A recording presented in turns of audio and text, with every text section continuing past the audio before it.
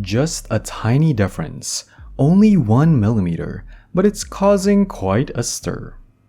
With the introduction of the new Rolex Submariner, people are starting to wonder, what does new even mean anymore? Let's flash back to 1953.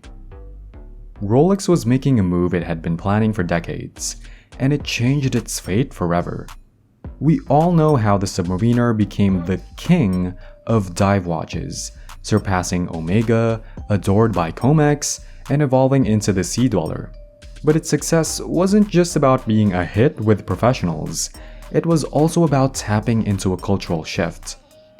Rolex's goal from the beginning was to make watches that workers would use every day, like any other tool or instrument. Sounds fancy, right? But when you think about it, companies don't want fancy, expensive stuff. They want cheap, reliable, tough equipment. Industrial stuff, basically.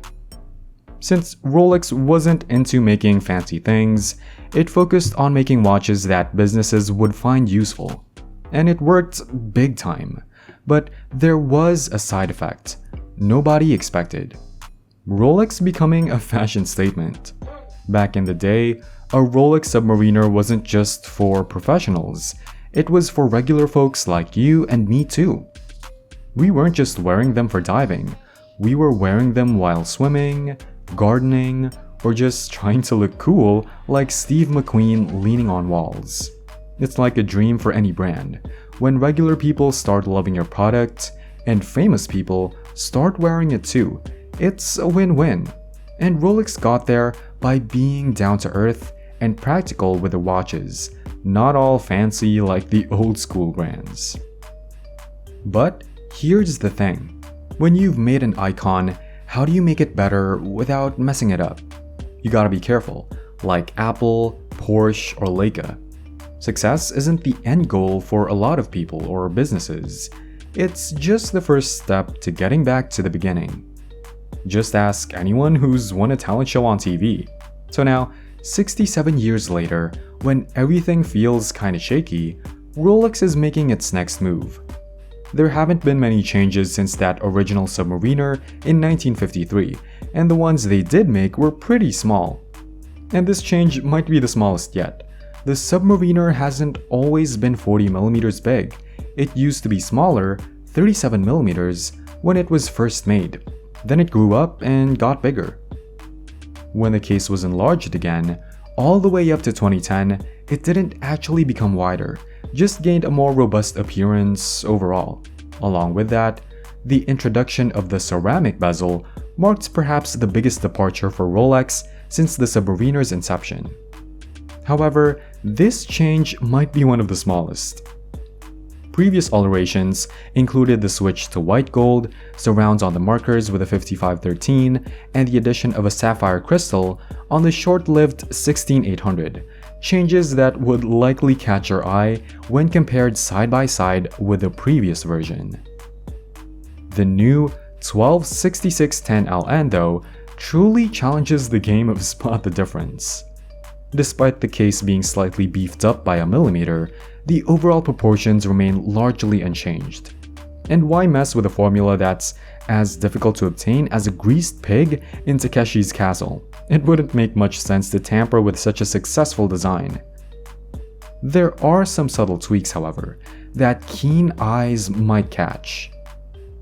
The crown guards and lugs have been reshaped, with the bracelet widened to accommodate the alterations. If there were any complaints about the previous 116610LN, they were minor, and so are the fixes. Additionally, there's the new caliber 3235, boasting a boosted power reserve of 70 hours and the latest Chronergy escapement setup. While these changes might not be immediately noticeable to most, they represent an improvement in technical performance. I'm sure it's all very clever, but it's probably just as relevant as Rolex's tendency not to show it, which it still doesn't seem inclined to do. So, does this watch leave something to be desired? Well, it's not exactly a shocker, that's for certain. Rolex, being the astute observer of trends that it is, has undoubtedly noticed the increasing preference for larger watches among consumers. This isn't merely speculation. They've been quietly testing this hypothesis with models like the Explorer, the Datejust, and even within their junior brand, Tudor. The inevitable expansion of their iconic Submariner was just a matter of timing, a calculated move made on Rolex's own schedule.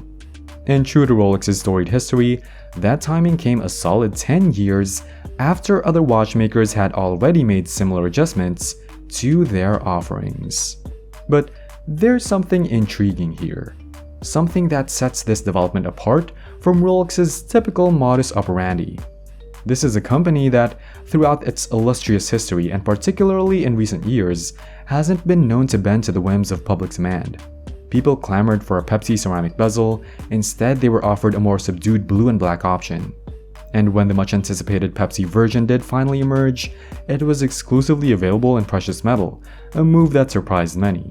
What's truly unprecedented, however, is Rolex's responsiveness to criticism with the release of the 126610 LN.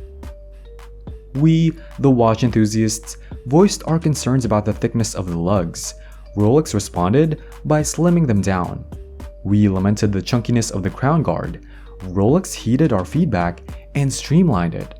So, while these changes may appear subtle and perhaps even conservative to some, they represent a significant departure from Rolex's traditional approach.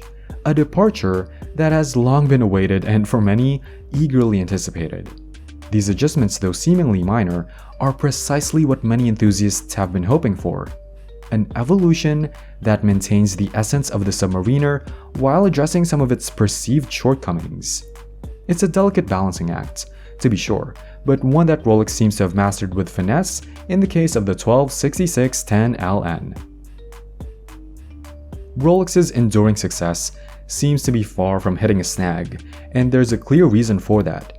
It doesn't throw out a barrage of new models haphazardly, lacking cohesion or focus, unlike some other brands, Omega.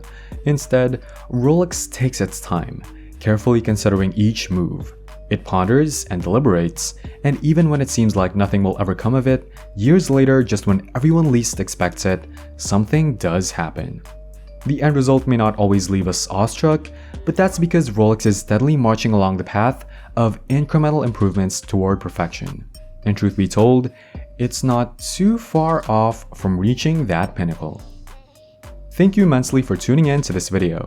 If you found it enjoyable, please consider giving it a thumbs up and subscribing to the channel for more content like this. And if there are any specific watches you'd like us to feature in future videos, we'd love to hear your suggestions in the comments section below. Your feedback means the world to us.